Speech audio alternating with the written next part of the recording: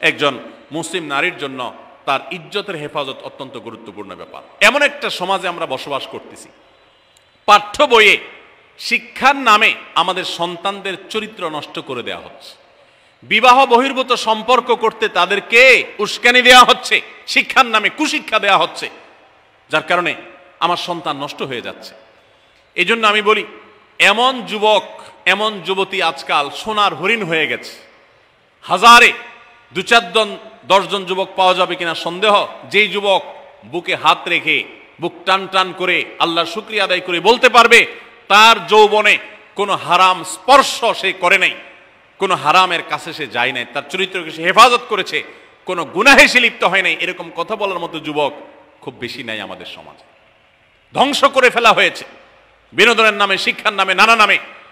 এগুলো আমাদের দেশের সংস্কৃতি ছিল না। এদেশের মুসলমান তো বটে, এদেশের হিন্দুরাও পারিবারিক এই বন্ধনের মধ্যে থেকে তারা তাদের চরিত্রকে হেফাজত করে, বৈবাহিক সম্পর্ক ছাড়া কোন প্রকার সম্পর্কের মাধ্যমে তাদের যৌন আকাঙ্ক্ষাকে মেটায় না।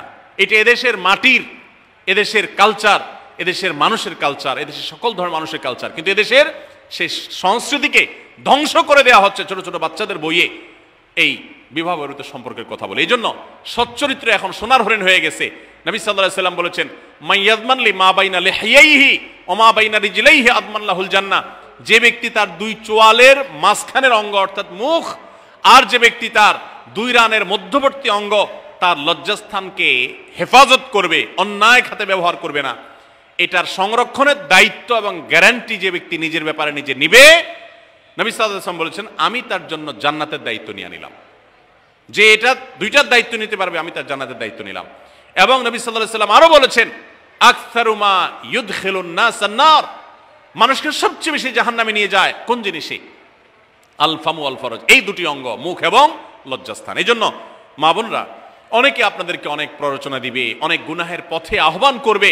আপনাদের মেয়েরা স্কুল কলেজে পড়তে গেলে সেখানে অনেক অন্যায় আবেদন শুনবে, হারামের আহ্বান শুনবে। তাদেরকে সুশিক্ষা দিবেন যে আল্লাহ তাআলা তোমাকে যে চরিত্র দিয়েছে, এই যৌবন দিয়েছে, এটাকে যেখানে সেখানে ব্যবহার করলে হবে না। কিয়ামতের ময়দানে যুবকদেরকে আলাদা করে জিজ্ঞাসা করা হবে, তোমার যৌবনকালে কি করছো সেটা বলো, বুড়া বয়সে এসে কি করছো এটা ইম্পর্টেন্ট না, যৌবনকালে কি করে আসছো সেটার হিসাব দাও। যৌবনকে হেফাজত করার গুরুত্ব এত বেশি, আল্লাহ আলাদা করে জিজ্ঞাসা করবেন।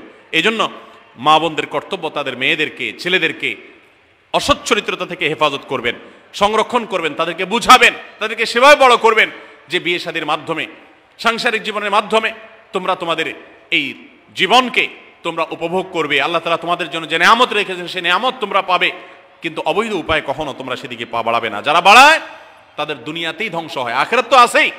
এই অবৈধ সম্পর্ক করে সুখে থাকে খুব কম মানুষ। যারা যত বেশি এই জগতে যায় তারা তত বেশি অসুখী থাকে দাম্পত্য জীবনে। অতএব একজন নারী, তার 5 নম্বর গুরুত্বপূর্ণ বিষয় হলো তার ইজ্জতের হেফাজত, লজ্জাস্থানের হেফাজত এবং তার চরিত্রের হেফাজত। আল্লাহ তাআলা আমাদের মা বোনদেরকে সেই তৌফিক দান করুন।